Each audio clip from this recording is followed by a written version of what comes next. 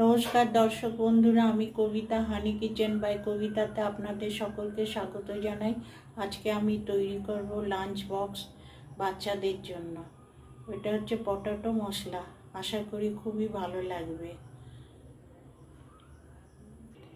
Potato মশলা তৈরি করার জন্য যে যে উপকরণগুলো নিয়েছি আমি সেটা বলে দিচ্ছি। আমি নিয়েছি হাফ কেজি ছোট আলু, সেটাকে আগে প্রথমে আমি সেদ্ধ করে নিয়েছি। তারপরে নিয়েছি জিরের গুঁড়ো, মশলার গুঁড়ো, বিট নুন, গোলমরিচের গুঁড়ো, মাখন, কাঁচা লঙ্কা কুচি আর ধনে পাতা কুচি। এবার আমি তৈরি করব। গ্যাসটা জ্বালিয়ে আমি কড়াইটাকে গরম করলাম। এখন মাখনটা দিয়ে দেবো। মাখন আমি 50 গ্রাম দিয়েছি। 50 গ্রাম মাখন।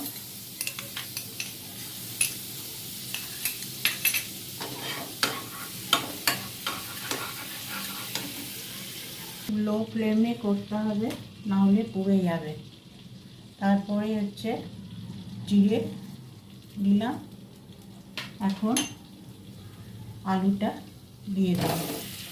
সব আলুটা ডালে আমি 500 গ্রাম দিয়েছি। আলুটা ভাজা ভাজা হয়েছে। এখন আস্তে আস্তে সব ইনগ্রিডিয়েন্টগুলো আস্তে আস্তে দিয়ে দেবো। প্রথমে 1 চামচ হচ্ছে রক সল্ট দিলাম। তারপরে হচ্ছে গোলমরিচ 1 চামচ, আর কুচি কাঁচা লঙ্কা হচ্ছে কুচি 4-5টা, আর হচ্ছে মশলা, ম্যাগির মশলা দিয়ে দিলাম। দিয়ে আবার এখন গোলমরিচ দিয়ে আর একটুখানি লেবুর রস সামান্য দেবো, দিয়ে নামিয়ে দেবো।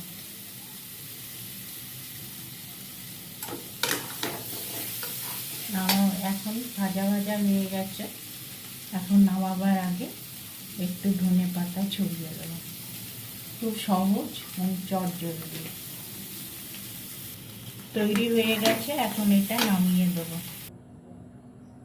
বন্ধুরা, পটাটো মশলাটা তৈরি হয়ে গেছে। আশা করি আপনাদের ভালো লাগবে।